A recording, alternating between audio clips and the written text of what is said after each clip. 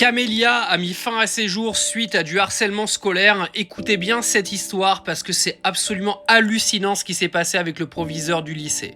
Alors Camélia était élève au lycée Honoré de Balzac à Mitry-Mory en Seine-et-Marne. Je vais vous remettre le contexte parce que l'histoire est absolument dramatique.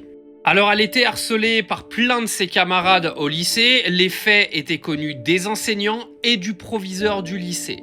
Sa mère alerte donc l'établissement. Alors la veille du drame, le 12 janvier, la mère de Camélia envoie une lettre officielle donc à l'établissement scolaire pour expliquer les faits de harcèlement qu'il y avait sur sa fille.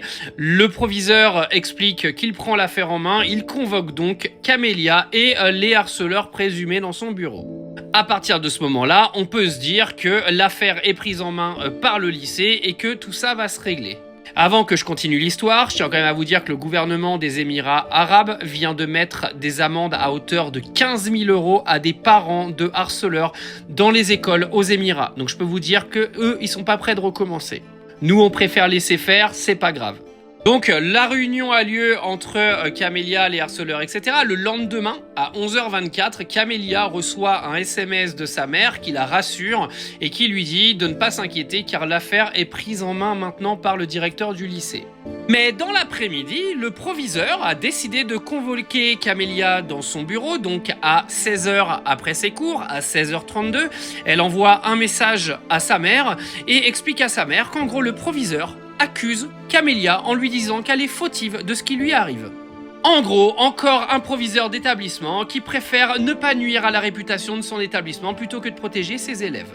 Mais c'est pas terminé. En plus de lui dire qu'elle était fautive, le proviseur a été dire à Camélia qu'elle aurait une sanction disciplinaire.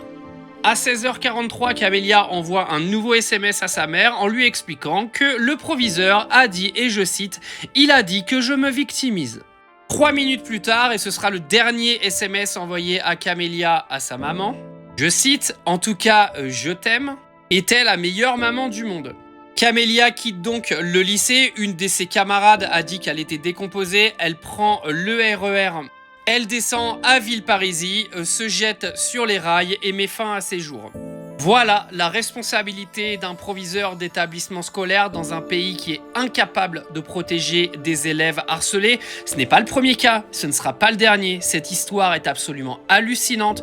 Les relevés des SMS qui ont été pris sur le téléphone de Camélia sont évoquants. D'accord, c'est une catastrophe ce qui vient de se passer, c'est-à-dire que le proviseur du lycée était alerté, il était censé arrêter l'affaire et comme monsieur a estimé que en gros la réputation de son lycée était mise en jeu, il a préféré blâmer la victime plutôt que les coupables. Résultat des courses, une gamine met fin à ses jours et un nouveau drame se passe dans ce magnifique pays qu'est la France.